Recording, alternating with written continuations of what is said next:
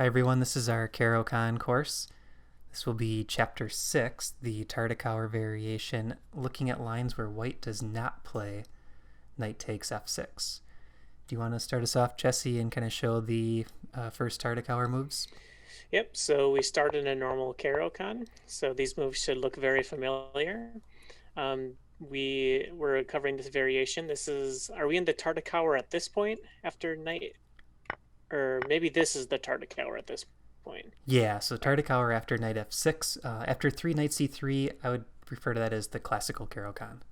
Okay, so Tartakower once we challenge this knight right away. So far we've covered knight takes f6 quite a bit and playing with the doubled f pawns, but here we're going through all the alternatives that we can see. So most common move outside of taking is retreating the knight back to knight g3. And we're also going to see knight g5 and just a bishop move, other bishop d3. So we can kind of give a range for what you're going to see in your own games. So at the grandmaster level, they take this knight about 90% of the time. And at the club level, Matt, I think you said they take it closer to like 60%, 65%. Yeah, that's right. So club players are much more likely to refuse the trade on f6, which hopefully will give us better positions if they decide not to take the knight on f6. And going through the lines, it seems like it's actually pretty solid for white to decline this trade, but it does give us some very fun variations that we can play, and there's going to be some f-pawn pushes in a few of these lines, or h-pawn pushes actually. Yeah, that's right. So let's start with the first variation here, knight back to g3. And as Matt just alluded to here, we're going to immediately play h5. So the idea behind this h5 move is just to kind of ask white what they're going to do about this h-pawn, because if they're going to allow us, we're going to keep pushing and kick this knight away and then just kind of disrupt their pawn structure. So what else is there to know about h5 in this position?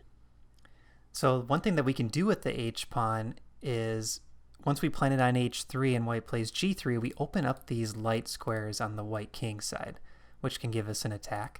And the other thing I really like about this h-pawn push is if you look at the knight on g3, once we play h4, there aren't a lot of good squares for this knight. f5 is defended, e4 is defended, so oftentimes the knight has to go back to e2. And then the two white knights are superfluous knights. They attack each other, and they kind of hinder the development of the f1 bishop. So if white's not careful, we can get white into a lot of problems early on.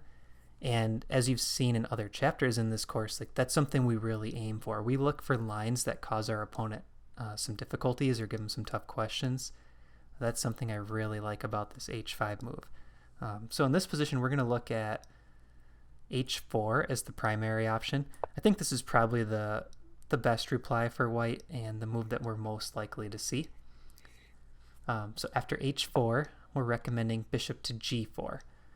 One thing that you run into in the Caro-Kann sometimes is the bishop on c8 can have trouble developing prior to the e-pawn moving up to e6. So in this case, because we can so easily get the bishop out to a nice square g4, we're recommending that you go for this straight away. Just put the bishop on g4, we'll play e6 next, and oftentimes this bishop may get traded off for one of white's minor pieces. So here we're going to look at two options, bishop e2 and f3. Let's start with bishop e2, Jesse. Yep, so the white needs to do something about our attacking their queen, and I think the moves you just highlighted are kind of the only ones that really make sense. So a knight move here puts them in a pin, so they just block here with the bishop. So we shouldn't be in a hurry to take this bishop, because if they take us, we can take with our knight, and we have a really nice knight here on g4. So we're going to kind of stand our ground here and I guess just wait for white to take us and see if they want to help our position with the trade. So instead, we're going to play most natural looking move on the board, I would say, is e6. Very thematic in the Caro-Kann because we have the bishop outside of our pawn chain now, and we're freeing up this bishop to get into the game as well. Yeah, and one plan we'll go for here is oftentimes we'll play c5 and queen b6. So earlier on in this position, I'll just backtrack a couple moves. When we played h5 here, another move that's pretty strong that Jesse and I have been talking about is to play c5 straight away. But one thing that we're doing is we're recommending starting out with the h5 pawn push and then later looking to play c5. So after bishop e2, our plan is going to be to play c5 soon and go for it at a moment where it's not so easy for white to get a drawish position. So we're only going to look to play c5 when we think we can play for some sort of advantage. So after e6, we're going to look at knight to f3. And in this position, looking at the e5 square, in this position we're recommending bishop to d6. And the reason this is so nice is we're eyeing this knight on g3. So if it's our move here, we could play queen c7, creating this battery, c7, d6, pointing all the way to g3. And it already puts the tough question on white. What do you do with this g3 knight? And one thing that we want to do in this chapter is keep comparing the minor pieces. So look at white's minor pieces, which squares do they have available, and look at our minor pieces, which squares they have available. That's the sort of imbalance we're going to play for. Yep, so that's one theme I think that we're going to see in this chapter is that this knight that, if you remember, was originally on e4 challenging our knight, it retreats to g3, but it just seems like it's not that good of a square for the knight. It's always awkwardly placed, and we're going to have this threat a lot of the time where we can take and either double their pawns or have this battery like Matt just said. So white can respond with bishop g5, and here we can continue with that same plan that we just alluded to, queen c7. So my first question here is, are we concerned about them taking our knight? Yeah, that's a great question, and it's the most popular move, so it's the line I decided to look at. So after bishop takes f6, obviously we should take back, g takes f, and one cool thing with this pawn on f6, it's controlling the g5 and the e5 squares. So if you look at our pawns, they're sort of creating this wall on the 5th rank, and neither of white's knights can make progress by coming towards our position.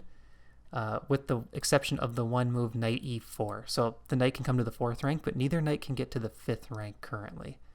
So the top move here is knight e4, hitting our bishop, hitting the pawn on f6. So here our plan is pretty straightforward. Bishop back to e7, and now we're going to start to use our advantages in the position. So moves that we'll look to play are rook g8, knight d7, castle queenside, f5. And we'll start expanding. So we really have a nice control of the position with our pawns guarding all the light squares, and we're going to use the D and G files for the rooks to start to slowly bring some pressure on the white position. So even though they didn't take our knight early on, we still managed to get our double F pawns. We can push these down the board. And so we're going to want to go queenside a lot of the time, and we have this nice open G file for our rook, and it just seems like our pieces are very active right here, and I feel like white needs to be careful. I don't think they really want to castle kingside at this moment. But yeah, lots of play here. Yeah, I like this position a lot. What's the stockfish eval, Jesse? I'm curious. I'll give it a sec here. Yeah, okay. It likes black quite a bit. It says -0.8. All right, and it seems to be growing. So we do have the bishop pair too. That's something I forgot to mention. So with no pawns locked up in the center, that bishop pair can become pretty strong down the road. Yep, nice open position. Yeah, definitely. So now let's back up to move 8 and look at bishop to g5. So this is right after we play e6. Now we're looking at bishop to g5. Very natural looking pin.